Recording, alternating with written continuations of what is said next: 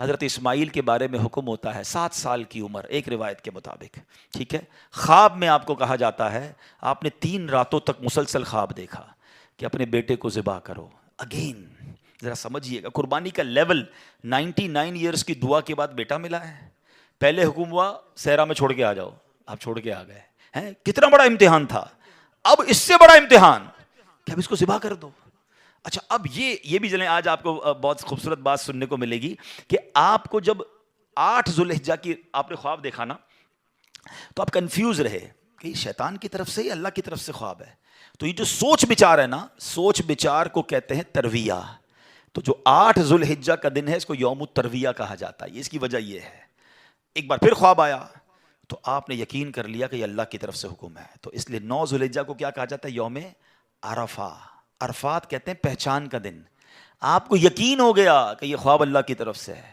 اور 10 ذوالحجہ کو آپ ذبح کرنے کو چلے تو یوم النحر کہا جاتا ہے، ذبح کا دن. یہ ایکچولی یوم ترویہ، یوم عرفہ اور یوم النحر یہ حضرت ابراہیم کی کیفیات تھیں.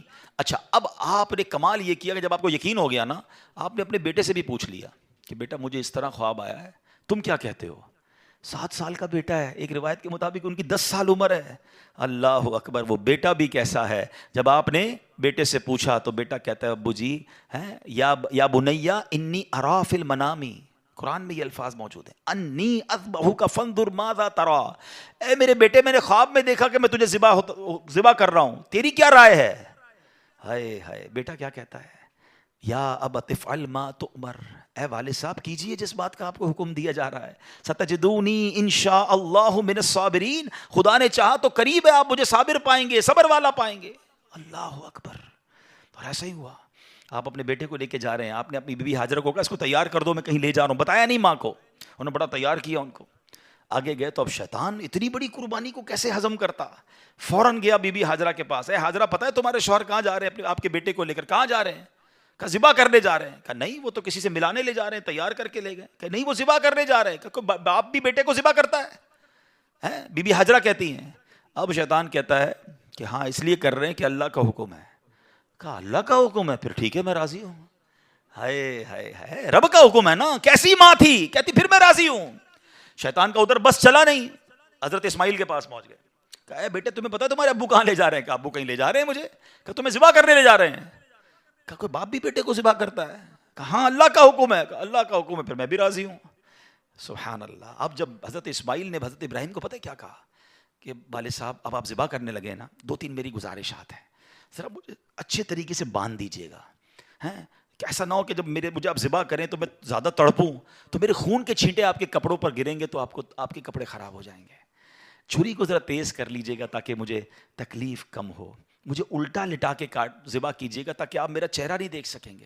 اور ہاں یہ جو میرا کرتا ہے نا میری ماں کو دے دیجیے گا تاکہ اس کو بیچاری کو تسلی ہو جائے. کیا دنیا نے ایسی قربانی دیکھی ہے؟ اب سنو حضرت ابراہیم نے بالکل ویسا ہی کیا. آپ کو باندھ بھی دیا، آپ کو لٹا بھی دیا اور آپ نے چھری چلا بھی دی. چھری کا کام کاٹنا ہے، اللہ چاہے تو چھری نے کام نہیں کرنا نا. آپ نے اپنا کام پورا کر دیا، وہ تو کر چکے جو کرنی بشر کی ہے.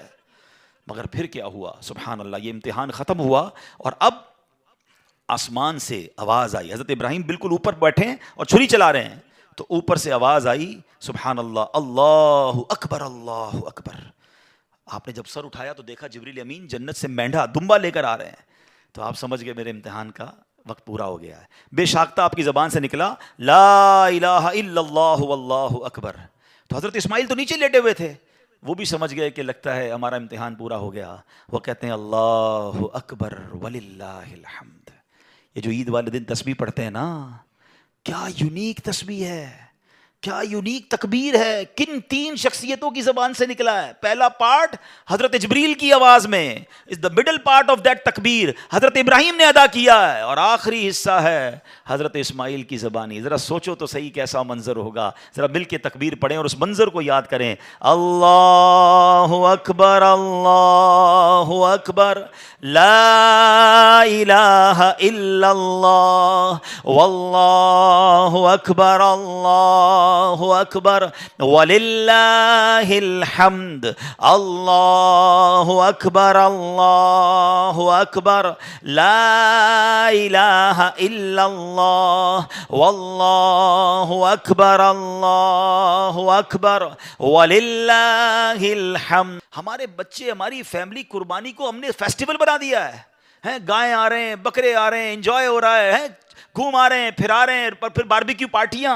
کبھی تو یاد کرو یار کیا ہوا تھا، یہ کیوں کر رہے ہیں قربانی، یہ کیسی قربانی کی داستان ہے، کب بتائیں گے ہم، کب اس کو سوچے تو صحیح۔ ہمیں خدا کی قسم ایک بار ان کو ہمیں زندگی میں اگر ہمیں بھی یہ کہہ دیا جائے کہ چلو ہر سال نہیں، زندگی میں ایک بار آپ بھی اپنا ایک بچہ ذبح کرو، کیا حال ہوگا؟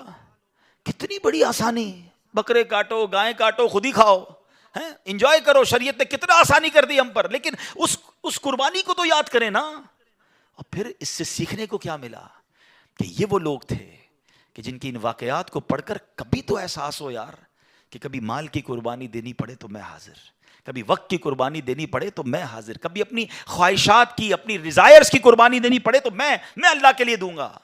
اور اللہ وہ دن لائے جب جان کی قربانی دینی پڑے، تم بھی اب پیچھے نہ ہٹے کہ یا اللہ جان بھی تیری ہے، تو نے تو دی نا جان، اے اللہ میں راضی۔